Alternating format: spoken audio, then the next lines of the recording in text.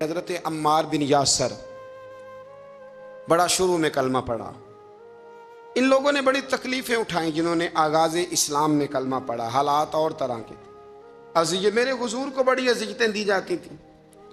ابو لہب، عقبہ بن ابی معیط، یہ حضور کے دو ہمسائے تھے۔ کچھ نفسیاتی تکلیفیں لوگ دیتے ہیں، ذہنی طور پر پریشان کرتے ہیں، مزاج ہوتا ہے۔ وہ دونوں کیا کرتے تھے؟ وہ سارا اپنے گھر کا کوڑا کرکٹ لا کے حضور کے دروازے پر پھینک جاتے۔ نبی کریم صلی اللہ تعالی وسلم فرماتے تھے، کیا خوبصورت حق ہمسائیگی ادا کرتے ہو، کیا اچھا تم حق ہمسائیگی۔ اور دونوں طرف کے ہمسائے تکلیف دیتے، اذیت دیتے، حضور کو پریشان کرتے۔ حضرت عبداللہ ابن مبارک رحمۃ اللہ علیہ کا ہمسایہ بھی اسی طرح کرتا تھا۔ وہ اپنے گھر کا سارا گند کچرا اٹھا کے آپ کے گھر میں پھینک دیتا۔ ایک دن بھی پھینکا، 2 دن بھی پھینکا، 3 دن بھی پھینکا، 4 دن بھی پھینکا، 5 دن بھی پھینکا، مہینوں بیت گئے، مہینوں بیت گئے۔ ایک دن کہنے لگا میں روز کچرا پھینکتا ہوں۔ خود ہی کہنے لگا آپ کو تکلیف نہیں ہوتی؟ آپ فرمانے لگے میں نے ایک برتن رکھ دیا، ایک جھاڑو رکھ دیا ہے، جب تو کچرا پھینکتا ہے تو میں اٹھا کے باہر پھینک آتا ہوں۔ اب تو بند نہ کرنا، اس لیے کہ مجھے عادت ہو گئی ہے۔ اب میں نے اپنے ٹائم میں سے ٹائم اس کچرے کو دینا شروع کر دیا ہے، اب تو بند نہ کرنا، اس لیے کہ مجھے اب اس بات کی عادت ہو گئی ہے۔ اب میں روز اٹھاتا ہوں اور اٹھا کے ذرا باہر پھینک آتا ہوں۔ میں عادی ہو گیا ہوں تیری اذیت کا، اب میں تیری تکلیف کا۔ آپ میں سے بہت سارے لوگ شہروں کے رہنے والے ہیں، ہمارے دیہاتوں میں یہ ہوتا تھا کہ کسی بوڑھے بابے کو بچے چھیڑتے تھے، کبھی کبھی غلط کرتے تھے، ایسا کرنا نہیں چاہیے، لیکن بزرگ کو چھیڑتے تھے، تنگ کرتے تھے۔ کبھی وہ بچے نہ چھیڑتے تھے تو بزرگ خود کہتے تھے کہاں مر گئے آج سارے۔ اصل میں وہ پیار ہوتا تھا، وہ پیار لگ جاتا تھا، بتاتے نہیں تھے، لیکن علاقے کے بچوں کے ساتھ وہ غصہ ہوتا تھا، وہ چھیڑتے تھے۔ لیکن کئی دفعہ کوئی بندہ دشمنی کرتا ہے تو بندے کو اللہ کے قریب کر دیتا ہے، سجدے کا ذوق بڑھ جاتا ہے، عبادت کا مزاج بڑھ جاتا ہے، انسان کی طبیعت کے اندر خاص قرب آتا ہے۔ حضرت عمار بن یاسر رضی اللہ تعالیٰ عنہ فرماتے ہیں کہ بڑی تکلیف دیتے۔ حضرت عمار بن یاسر رضی اللہ تعالیٰ عنہ کی جو والدہ ہیں وہ اسلام کی پہلی شہیدہ ہیں۔ حضرت سمیہ ان کا نام تھا، اسلام کی پہلی شہیدہ۔ ان کے زیر ناف ابو جہل نے نیزہ مار کے انہیں شہید کر دیا۔ حضرت عمار بن یاسر رضی اللہ تعالیٰ عنہ فرماتے ہیں کہ میرے والد کو اتنی تکلیفیں دی گئیں کہ وہ ان اذیتوں کی وجہ سے دنیا سے پردہ کر گئے۔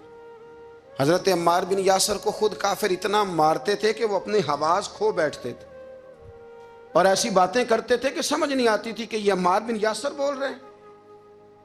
اتنی سخت اذیت دیتے، اتنی سخت۔ دکھ قبول محمد بخشا، راضی رہن پیارے، دکھ قبول محمد بخشا، بس راضی رہن۔ اتنی تکلیف دیتے کہ حضرت عمار بن یاسر حواس کھو بیٹھتے، تکلیف میں آتے، بڑا سہا، بڑا برداشت کیا۔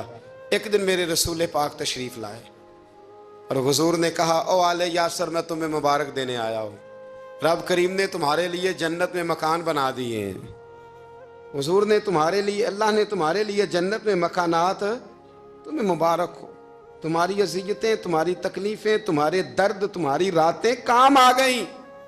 مالک نے تمہارے لیے مکانات بنا دیے ہیں، حالات ٹھیک کر دیے ہیں، طبیعتوں میں بہتری آ گئی ہے۔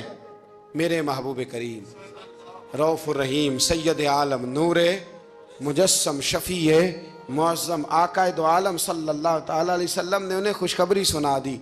حضرت عمار کہتے ہیں پھر حالات بدلے، پھر میں نے جو مجھے اذیتیں دینے والے تھے میں نے انہیں گڑھوں میں گرتے دیکھا۔ آپ فرماتے ہیں ابو جہل کی لاش اٹھانے والا بھی بدر میں کوئی موجود نہ تھا، اور ابو لہب جو مجھے تکلیفیں دیتا تھا وہ مکے کے چوک میں مرا ہوا پڑا تھا، پر کوئی اس کے قریب جانے والا بھی موجود نہ تھا، کوئی نہیں تھا۔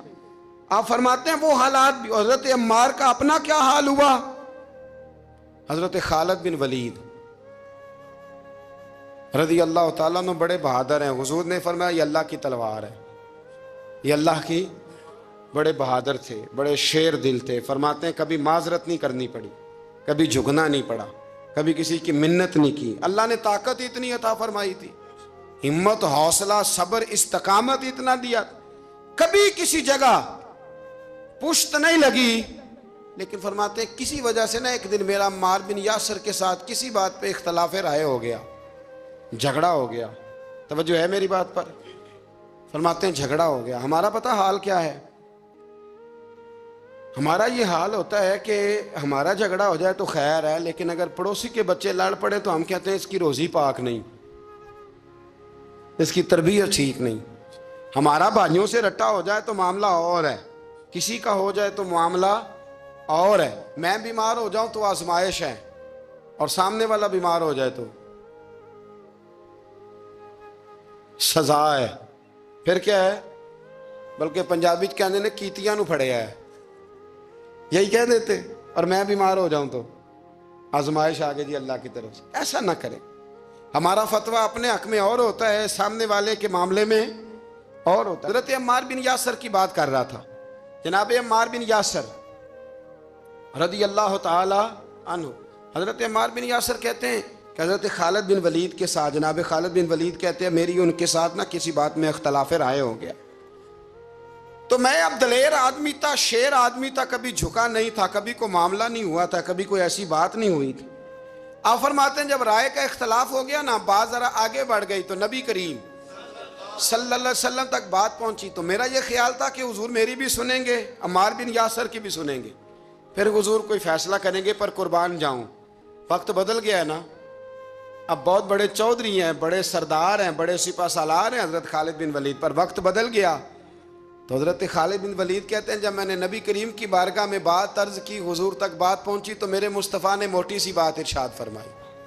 رسول کریم فرمانے لگے بھئی بات مختصر سی ہے, جس نے عمار کو راضی کر لیا اس نے مجھے راضی کر لیا, اور جس نے اسے ناراض کیا اس نے مجھے ناراض کیا. فرماتے ہیں بس میری قیمت پڑ گئی, میرا قد اونچا ہو گیا.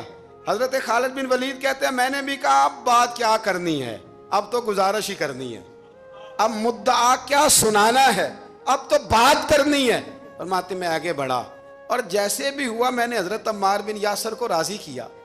حضرت عمار کہتے ہیں ایک وقت وہ تھا اور ایک وقت یہ ہے, جب دونوں وقتوں کو دیکھتا ہوں تو کہتا ہوں الحمدللہ رب العالمین.